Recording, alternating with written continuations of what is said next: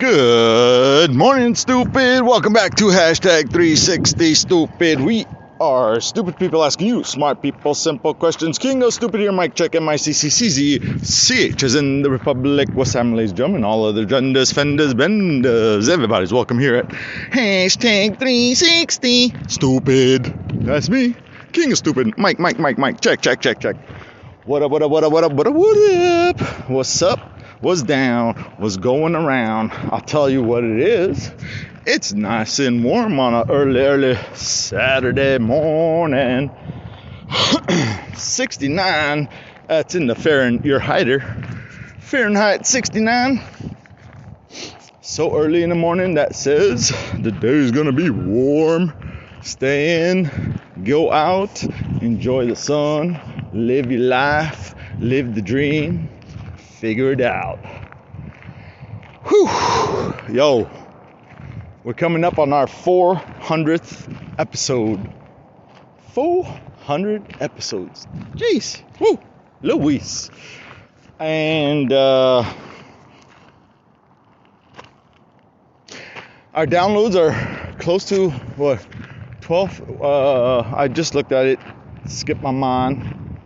12,000 something, 12,200 something, 12,300, something like that. Remarkable in all sense of the word for me that there has been over 12,000 downloads of me just speaking. Aw, y'all so wonderful. Thank you very much, every single one of you, for listening, sharing, and all that other stuff. So, yo, check it out. I had a meeting with a friend of mine. I'm honored to say accepts me as a friend as well. The conversation was recorded with permission, of course. I might put it out at some point. I do have to kind of review it for sensitive information. But yeah. Here's the thing, yo. So I am, I'm going to say mostly done, but in the midst of a $250,000 deal and stepping right into $1 million+ deal. Whoo, that's USD, United States, them dollars. Ooh, wee. Yeah. $1 million deal. So, getting the house, getting my first properties, my first home was like, whoo, man, I jump into hoops, I licking my balls, I gone done anything anyone needed me to do, and I just got it done. It took a while, well, not really, because I mean, when I try and do something, I just get to it and get it done. So I think it was, interesting. I'll have to go back. I can't remember the timeline, but I don't remember it being too long for me to get my credit score cleaned up. Now, I done something that every veteran should do, is get the certificate of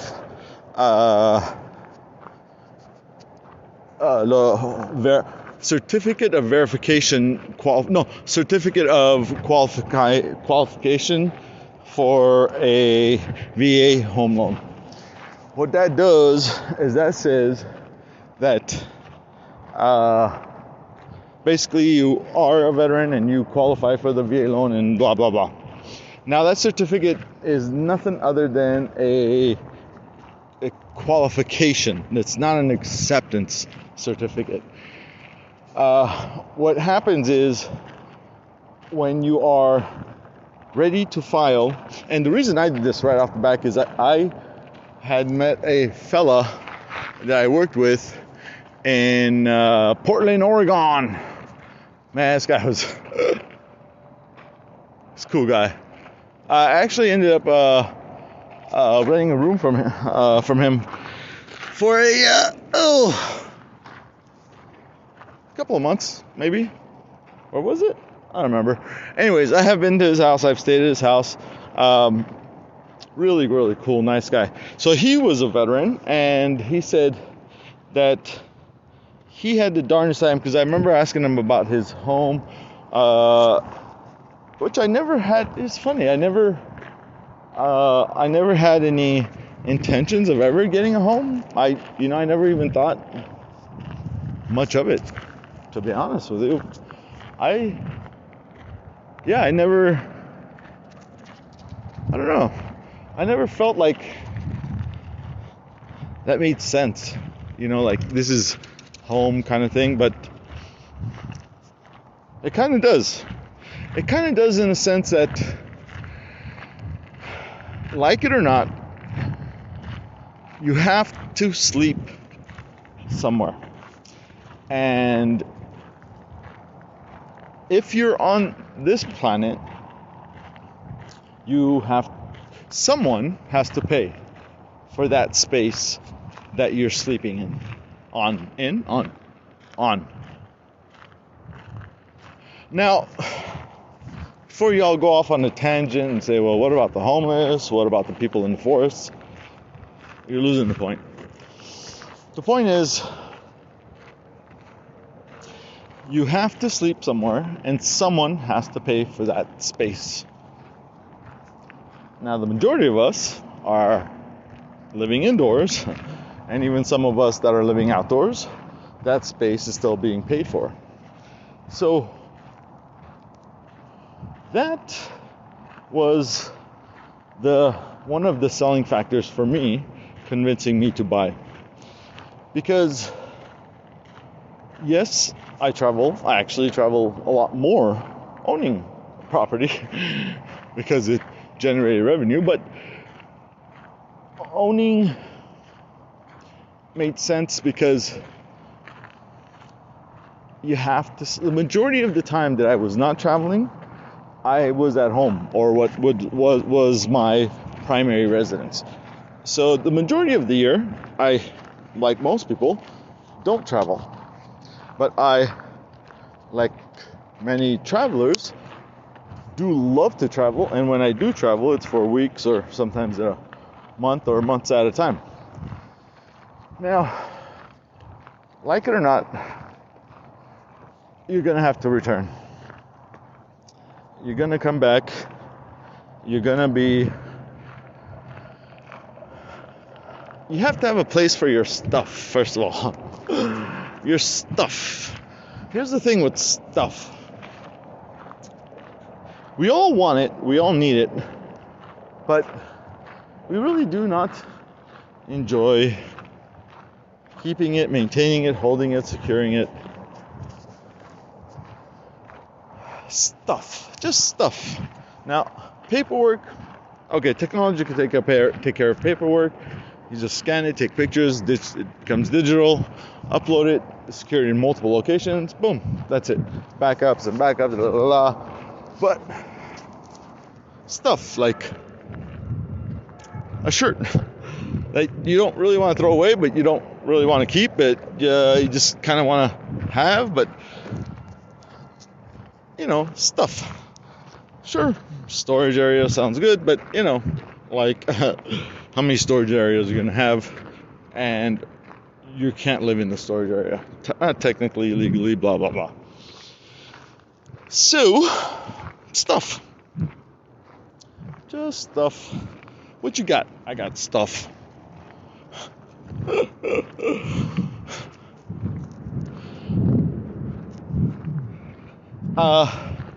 Sorry, I was just getting through some stuff through my head, and so yeah, stuff, place to sleep. So being a traveler, of course, I was like, I don't want to be stuck in one place. And the person I was having the conversation with, I said, well, why would you be stuck? You're not stuck in any one place. When you were renting an apartment, I was like, yeah, but I could stop renting and move somewhere else. He goes, yeah, you can do that with the house. You can sell it and move somewhere else. I was like, yeah, I guess that makes sense. He goes, while you're not moving, it'll also increase in value, most likely. So that made sense. One thing is, I have to sleep somewhere, and someone has to pay for that. Generally, it was me.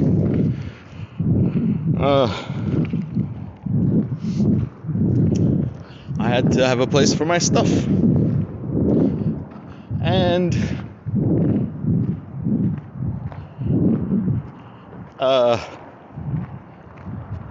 I could still travel, and when I want to leave, I could leave with the positive. On the positive note, generally property values go up. So if I was to sell and travel or leave or move, then I'd actually make more money.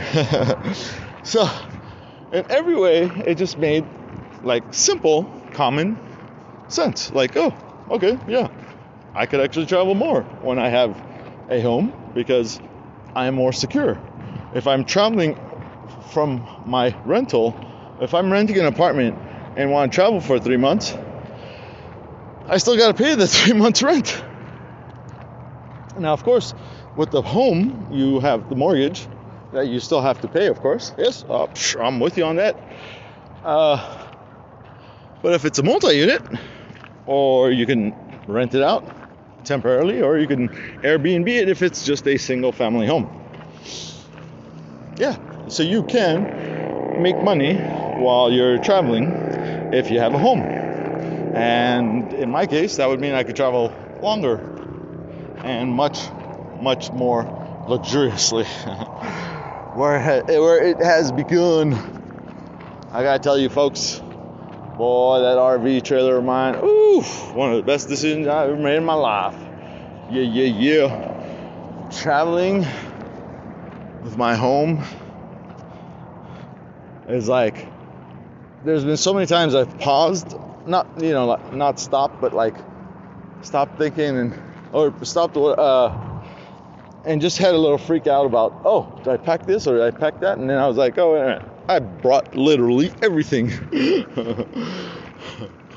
It is a very nice luxury. Oh man, which totally makes sense to me.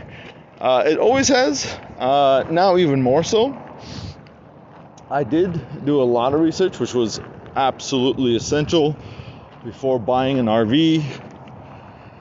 It's very difficult to find an RV whose body shell is strong, dependable, and when it leaks, they all leak. You have to accept that. They all leak. They have to. It's a box, basically, that's moving, jiggling, vibrating, shaking, consistently, constantly moving. And that's before you put it on the road. So, yeah, I got mines. It was the main. I didn't really do the precise research that I needed to do to find this. It was a total luck thing. Basically, I decided to get a brand new one and just make the payments and get the warranties and get the extended warranties because I needed 10 years of no hassle, no fussle, no worries. This is a secured home that if anything happens, crashes, breaks, I could just literally take it in and they'll fix it up without any extra pay and all that stuff. So I got the 10, and so including on this one, which was was used when I got it. So going down a dirt bank go. Where'd my boy go? Mr. Brown. Mr. Brown. Mr. Brown. Mr. Brown. Sorry about that, folks. Mr. Brown is back. I know for you it was a split of a second, but yeah, Mr. Brownie. So I got those GPS things for the boys, and they work pretty okay. They're not like as it advertised, but one of them goes bad all the time. It's a whole thing, man. So I think the best thing to do is just get a nice, soft, light, waterproof plastic bags for my cell phones, and do it that way. Just put it in the cell phones and just track them. Track my cell phones on my boys. Yeah. I'll get a vest for them. I think that's a good idea. Shoot. That way I can see them all the time. And actual live tracking does happen with cell phones. I'm not sure if I've tested it. It does kind of work because I do. It's a minute ping. Okay, so shoot. Okay, I'm gonna have to check that out. Either way, the cell phones will work way better with sharing location, kind of a thing. Tracking my phone, kind of thing. So I have digressed to a point. I don't know what we're talking about. Oh, okay, yeah. You need a place to sleep. You could travel more. You need a place for your stuff.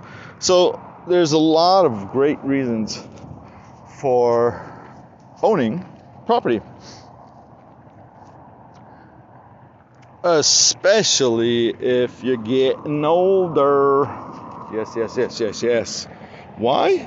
Well, property is, what's the word? How did they say it?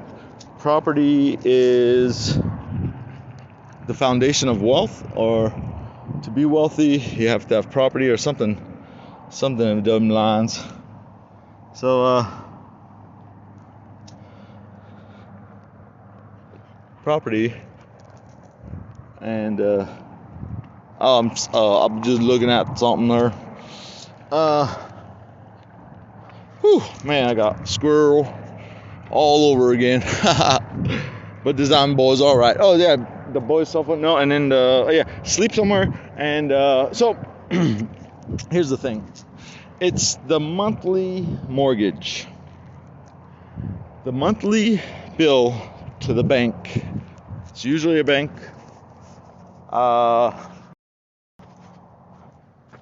That's the thing.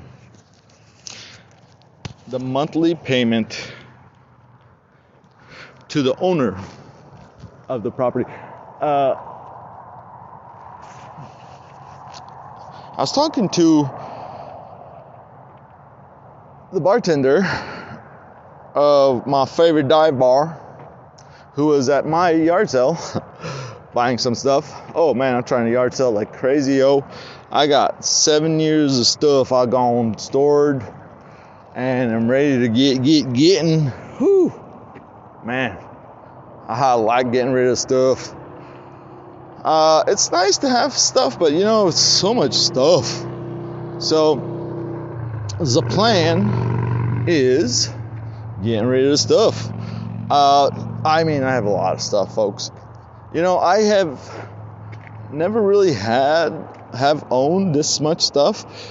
When I was about 25, I packed up everything that was in my mama's home, put it in the yard sale, left a couple of boxes in the garage, and got me a backpack and head on out. And that's roughly stopped around age 40. Whoo-wee. What is that, 15 years? Well, it was about 10 years solid. The last 5 was just, here and there. So 10 years of traveling. Whew. I'm going to have a good time, folks. Now, here's the thing about the payments. Remember I said somebody has to pay for the space that you lay your head. Someone. Doesn't always have to be you. It has been the majority of my life, adult life, me. Well, hold on, let me see. 18 to 25, it was my mama that was paying for the space my head to lay when I went to sleep. That's 25 years. Yeah, nope. No, from adult is 18 to 25. And then from 20, the majority of my adult life, I've done the payments of where I sleep. Now, you can pay in any kind of form. I've worked for my bed when I was traveling, in the hostels particularly. Anything, literally, always usually starting out with cleaning the toilets. And so I would, I'd clean the toilets, get a night's bed, and Mr. Brown boy, Mr. Brownie boy, my boy's so cute, so, I would clean the toilets, that would pay for the night's room, and sometimes I would stick around long enough to go next level and cleaning the rooms. When there was a new person, I cleaned the toilet. So what I'm saying is,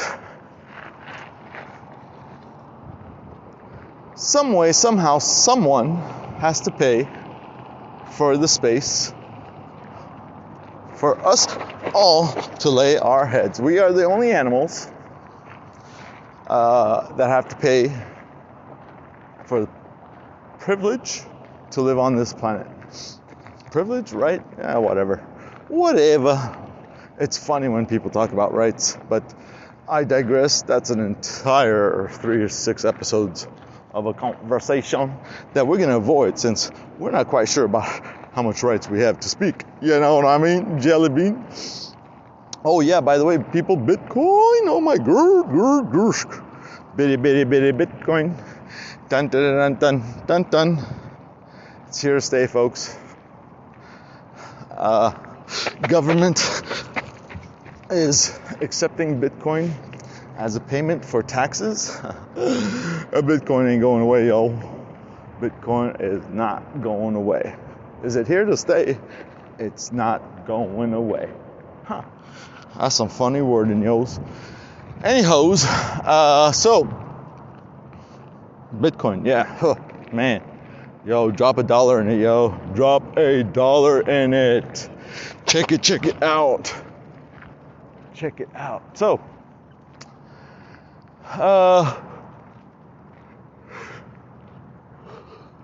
the property, if it's, the payments. So if you get what most people get is a single family residence, which typically generally means one home. Hey! Mr. Brown, don't do it, man. He's really close to the canal and it's a nice warm morning. And he's looking at the water. Hey! I think Mr. Brown's hearing's going, oh man, don't do it, man. I'm gonna have to put this guy on a leash. Hey-yo! So, sorry. I finally got the phone propped up where it's comfortable. And then, okay, so, paying the payments. Remember I said somebody has to pay. It doesn't always have to be you, and it could be work and blah. Someone has to pay for the space.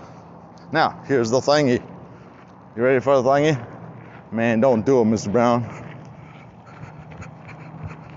Hey, buddy. Hey! Startled him. I think his hearing's going because he didn't hear me coming up on him. And he's always, very good with hearing it. I mean, 200-some pounds stomping through the earth, especially on this sand. So, my boys.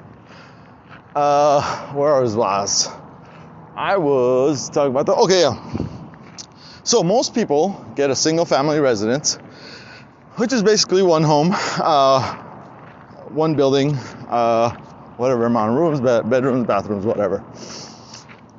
A multi-unit is basically more than one, up to 4 units is up to 4 units is considered to be the same as a single family when it comes to the loan. Now, what's that mean? That means that if you get 5 units or more, then you would have to get a commercial loan. Now, ain't nobody said nothing about commercial license, commercial loan. And that is what the difference is. What's the difference between a commercial loan and a personal residence loan? Well, I'll tell you. Number one, the term. Personal resident, 30-year terms is the common one. And you want to always get the 30-year. Now, if you're like, yeah, but I'm going to pay mine off in 15, great, pay it off in 15. But making it a 15-year loan to pay it off in 15 it goes against every financial sense. Unless they give you a better percentage, which they usually don't. They usually want a longer term because then they're going to get some money. So if you actually get long-term loan and pay it off sooner, then you're not paying the interest on the later part. But whereas if you get in a 15-year, you pay it off in 15 years, you're paying the full interest on all the interest, and you're also paying higher interest on average. Okay, so I'll catch my breath. Whew. A commercial loan is not so easy to get for a few reasons. A personal residential home loan, 30 years, fixed rate, boom. You can make the minimum payments and just pay, and in 30 years, it becomes yours. Now, of course, there's taxes, blah, blah, blah, but that's all part of your payments.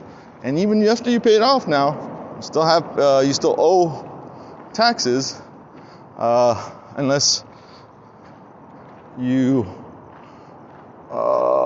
get Social Security, I think, disability, and then you don't have to pay tax. I don't know. There's a whole thing to it, but either way. Now, most people get the single family residence. This is just facts. Now, that doesn't always make sense to me, but not a lot of things make sense to me. So, getting a multi-unit, like a duplex, whereas one is the primary residence, and the second is the revenue-generating residence. That's right. To own and operate multi-unit property up to 4 units, there's no license. There's no licensing. There's no applications to be, have the authority or the right or privilege or whatever to rent homes. So because the market has much more single-family residents, and because there are much more people wanting to buy single-family, multi-unit families are actually cheaper. So, for example, there's a 4 units apartment. I think they're 2-bedroom, 1 bath each. Kind of near my place, about 410,000, and a home very close nearby it, like 4.25, almost 5. Almost 4.5 or something like that. It's like for one home, it's more expensive than 4 homes all attached to each other or near each other. Now, that's the other thing. You can actually get multi-units that are not attached. So there's so many variables. Anyways, so about the payments. When you have a multi-unit, man, I'm walking fast.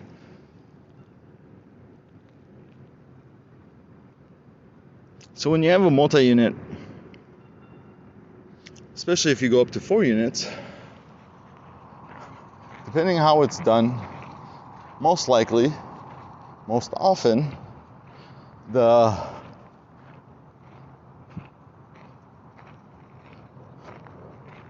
renters collectively are paying more than the mortgage. Now go figure. Rent always goes up. Rent does not come down. Now there was an idiot that was staying with me and rented for me about a year. Tells me, hey, I've been here about a year. What do you think about lowering my rent? Oh man, this guy. Oh jeez. I gotta tell you.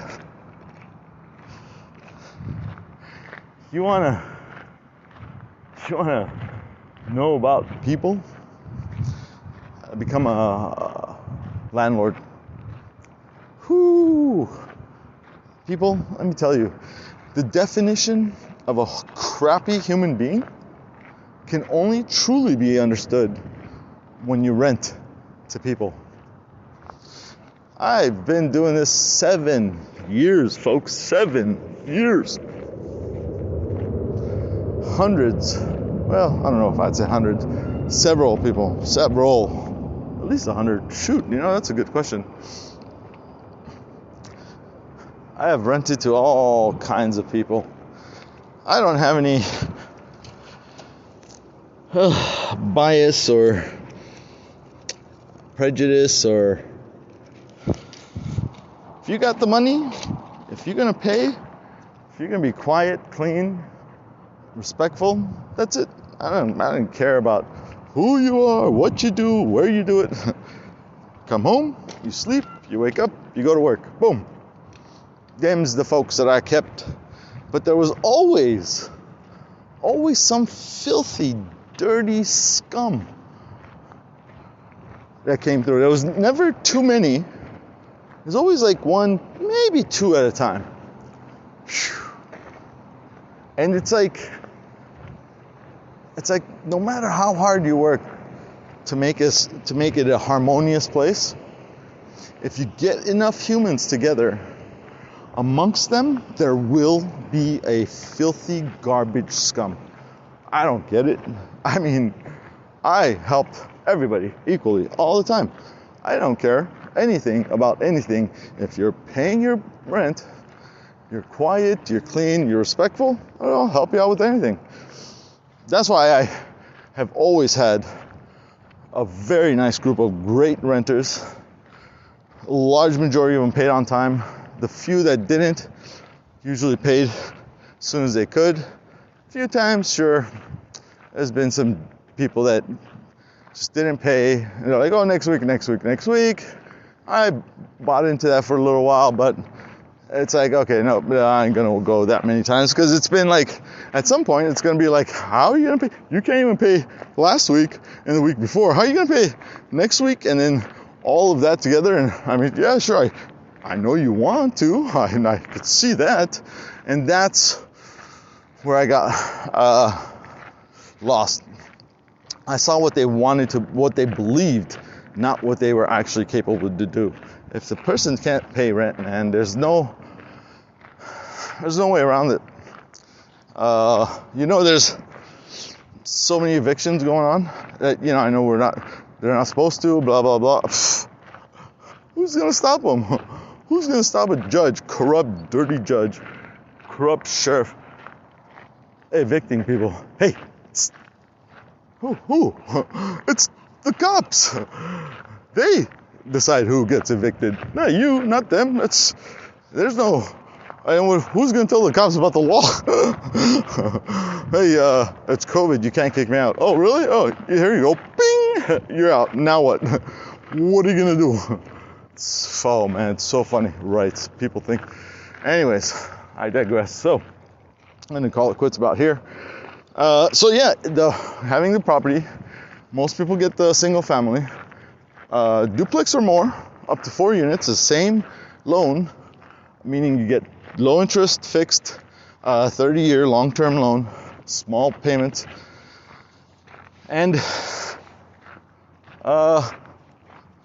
whereas the commercial loan now, commercial is 5 or more. So we'll talk about that another time. But basically, when you own a multi-unit, somebody else is paying for you to sleep in that space. And that's the point. And that was my little point on my little picky stick. My little point in